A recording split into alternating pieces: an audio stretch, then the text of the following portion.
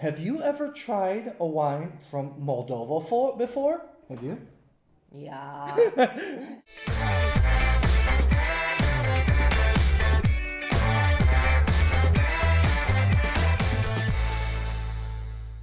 Hello. Welcome back to Exotic Wine Travel. I am your host, Matthew Harkey. Hi, I'm Shireen Tan. Welcome back to the show. Have you ever tried a wine from Moldova before? Have you? Yeah. So, guys, that's all this episode is going to be about the wines of Moldova. We just spent a week there traveling through. We went to about 3 cellars a day, tastings at night. We tasted, I think I counted over 150 wines during that week. It was an intense but really good, comprehensive introduction to Moldovan wine. The Republic of Moldova is a separate country. It's a landlocked country in Eastern Europe. The border is actually Ukraine on the east and then the EU to the west. Romania is the border. There is a region called Moldavia in Romania. So just not to get that confused, because the Republic of Moldova is its own country. You got to understand that in the past it was part of the USSR. It was like the vineyards of the Soviet Union, so to speak. They were producing actually most of the wine that was consumed. And once they became independent, the biggest market was Russia for a long time, until the Russians had an embargo in 2006, 2009. From then on, Moldova had to start increasing quality so they could export to the Western markets. And that's where the modern Moldovan wine story begins. And in a way, that story is also kind of related or similar to Georgia as well. What happened to Georgia, with Russia, and that pushed Georgian wine forward. Even though there's a long history of winemaking there, the modern wine industry is fairly new, fairly recent. There's 3 main regions. The country's small. We have Kodra in the center and the north. In the southeast, we have Stefan Voda. And then in the southwest, I don't know if I'm going to be pronouncing this right, it's Valu du Traian. I'll put it up on the screen. Maybe I'm pronouncing it wrong. My Romanian Moldovan is not very good. Kodra, you're going to see more whites, more aromatic whites, some cool climate reds. In the 2 regions of the south, that's where more of the red wines are being made. And you can taste it in the wine that progressively, as you move towards the south, the Cabernet Sauvignon, the Merlot actually get bigger. And also we taste the Fetesca Negra, a local red wine from the 3 regions as well, made in 3 different regions, and every single one of them express different fruit profile, also different weight and balance on the palate. So yeah, you're saying the IGT system you think is a good thing. Those 3 regions are a very good I thing. think it makes sense. In Moldova, you're going to find a whole range of producers, everything from small boutique garage to maybe some bigger enterprises with super modern winemaking equipment, a lot of investment, to humongous factories that used to focus on bulk wine but now want to do bottled wine. Among white wines, you're going to find a lot of local or regional aromatic white grapes, in addition to Sauvignon Blanc, Chardonnay, Riesling. What were some of your impressions of the whites? For me, I really enjoyed some of the aromatic whites, because sometimes aromatic whites can be too overwhelming and heady, but in Moldova I found quite a couple of more gently aromatic, balance with acidity sort of white. And it's not just one of those Brindlers light white, but when you understand the food, the condition, or rather the weather in Moldova, it actually really makes sense. I mean, I really like some of the aromatic white with the local dish called mamaliga, which is cornbread, cheese, sour cream, and meat. So yeah, those aromatic white really goes well with certain local food. You're going to find grapes that you also find in Romania, like Fetesca Alba, Fetesca Regala, but there's also a unique Moldovan cross called Viorița, which is aromatic and has acidity. It's quite good, didn't you think? And now is really an interesting time to explore Moldova, just like many other lesser known wine countries as well, because they are putting into a lot of effort into understanding their local varieties, how to cultivate them properly, and there are constantly new local varieties being commercialized and been made into wine as well.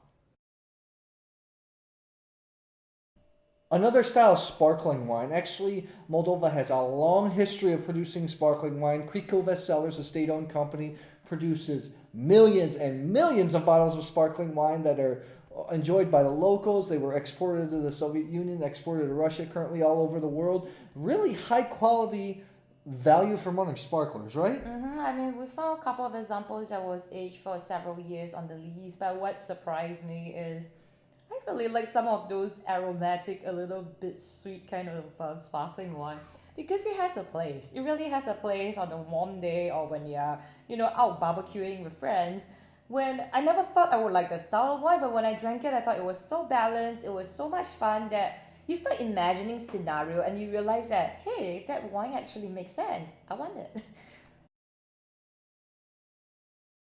For those pesky international red grapes, of course, you're going to have Pinot Noir, Merlot, Cabernet Sauvignon, and even Malbec. I reminded you of Yes, Malbec. I know exactly. Yeah. So, first of all, there are some very good wines being made out of international red wine grapes right now. Personally, Pinot Noir, I would skip maybe a little bit, but the Merlot, Cabernet Sauvignon, blends even with Malbec are very interesting. What do you think? Yeah, especially the Cabernet and Merlot. You would expect often when it comes to the lesser known wine regions, up and coming regions, they will make their style of wine into like the old monster. Of course, you get a couple of those examples, but I think predominantly the Bordeaux blend in Moldova, they are quite smart. What I like most about it is they have the cheaper affordable offering at like €5, €6. You can actually get really decent Bordeaux blends. We even had one that's from 2009. It's unbelievable. And then you can also go up to like €30, 20 something euros for a very good Bordeaux blend as well. Yeah. Yeah, I've actually find that to be very exciting. I know wine snobs will turn their nose up at international grapes being made in these up and coming regions, but I think Moldova can compete very strongly in the mid range when it comes to Bordeaux blends because these wines are delicious, have a hint of complexity, they're food friendly, and they're really enjoyable overall. Yeah, I think the very strong edge that Moldova has as well is when they make Bordeaux blend with some of the regional varieties. We tasted a grape from Ukraine as well. Is that Bastardo? I can't remember.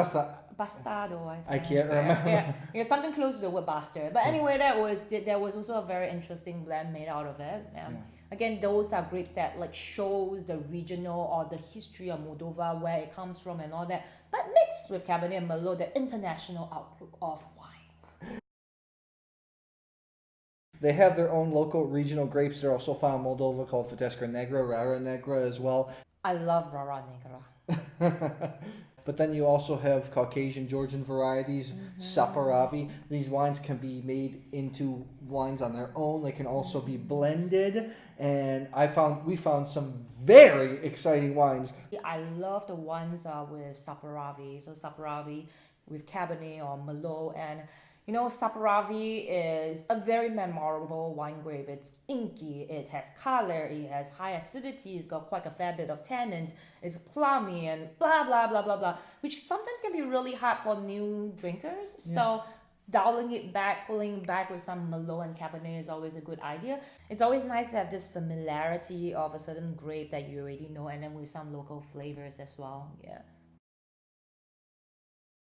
The last categories you're gonna find is dessert wines, some ice wines, and some of these wines are incredibly impressive, right? I would say actually the first wine from Moldova that really caught my attention and blew me away, just didn't just really caught my attention, but really blew me away, was Chateau Vatali ice wine made out of Riesling.